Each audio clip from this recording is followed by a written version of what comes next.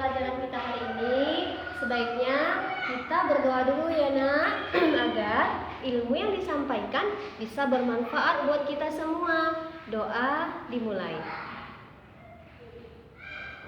Doa selesai. Baik, sebelum kita mulai, Ibu mau mengabsen dulu kehadirannya semua ya nak. Yang Ibu panggil namanya, tolong diajukan tangannya. Aisyah Mawaddah.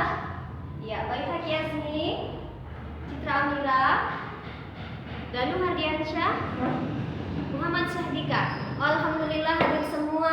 Ya, baik. Oh ya nak, sebelum kita mulai ke pelajaran kita hari ini, Ibu mau tanya, siapa yang masih ingat dengan tema kita minggu lalu? Iya, benar sekali, tentang wudu. Ya, kemarin kita membahas tentang wudu ya. Wudu berasal dari bahasa Arab. Sekilas Ibu mengulang pelajaran yang lalu supaya anak-anak tetap ingat ya. Wudu berasal dari bahasa Arab yang artinya kebersihan. Kemudian, kalau secara istilah, wudu itu adalah aktivitas khusus menggunakan air pada anggota badan yang diawali dengan niat. Dan kaitannya dengan tema kita hari ini adalah tentang sholat. Sama kita ketahui bersama ya nak ya, setiap umat muslim diwajibkan untuk berwudu terlebih dahulu sebelum menunaikan ibadah sholat. Ya, baik. Sebelumnya Ibu mau sampaikan dulu tujuan pembelajaran kita hari ini ya. Yang pertama, peserta didik dapat memulai kekhusyukan dalam menjalankan sholat. Yang kedua, peserta didik dapat belajar pengertian sholat dan hukumnya.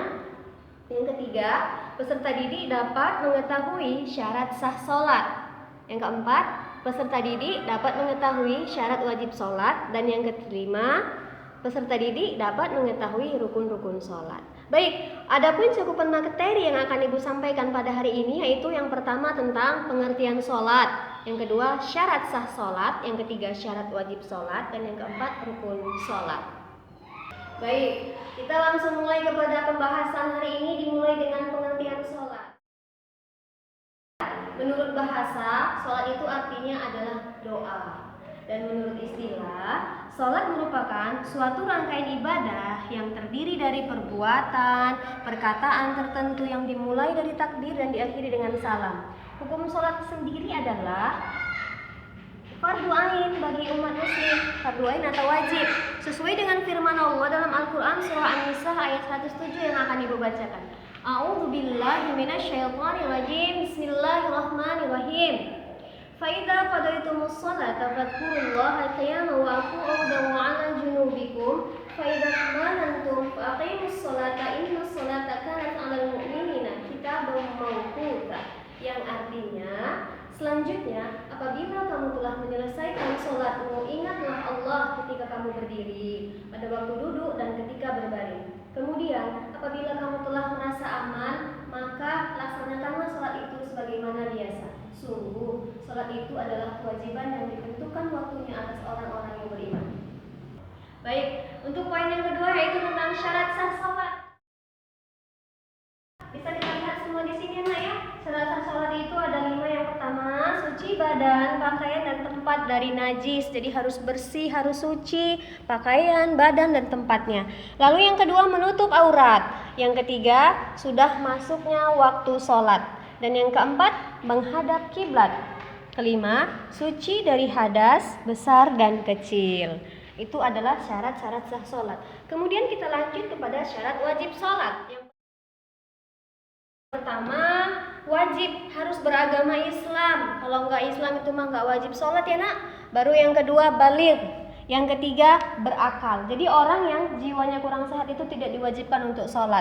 Dan yang keempat, suci dari hadas seperti haid dan nifas. Ini biasanya hanya untuk kaum wanita. Dan yang laki-laki itu aman, nggak ada masalah.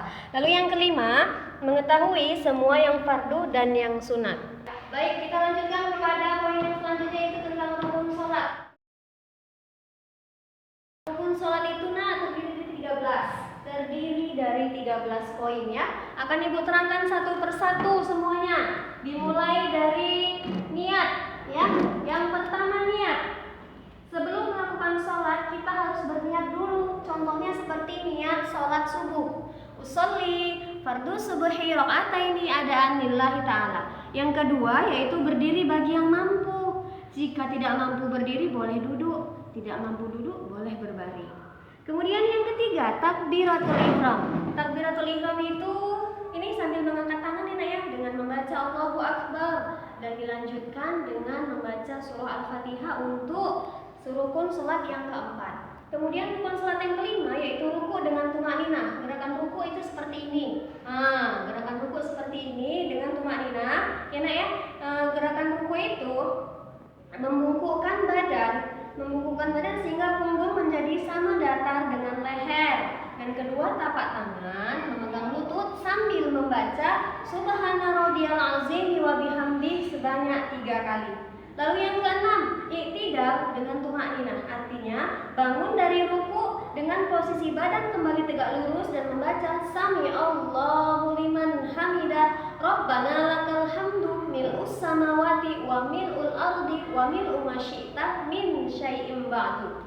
Kemudian yang ketujuh, sujud 2 kali dengan tumakninah, yaitu meletakkan kedua lutut, kedua tangan, kening dan hidung di atas lantai dengan membaca Subhana rabbiyal a'la wa bihamdih sebanyak 3 kali. Untuk rukun salat yang berikutnya yaitu duduk antara 2 sujud dengan tumakninah, artinya bangun kembali setelah sujud dari sujud yang pertama untuk duduk sementara menanti sujud yang kedua dengan membaca Rabbighfirli warhamni wajburni warfa'ni warzuqni wahdini wa'afini wa'fu anni. Lalu yang kesembilan, duduk tasyahud akhir dengan tumakninah.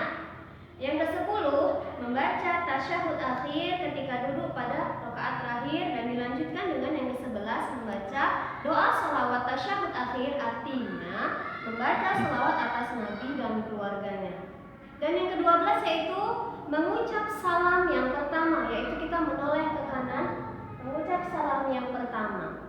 Dan untuk salam yang ke kanan itu adalah rukun, dan yang ke kiri itu merupakan sunnah dari sholat. Baik, untuk rukun sholat yang ke-13 ataupun yang terakhir yaitu tertib, artinya dikerjakan secara berurutan sesuai aturan yang telah ditentukan.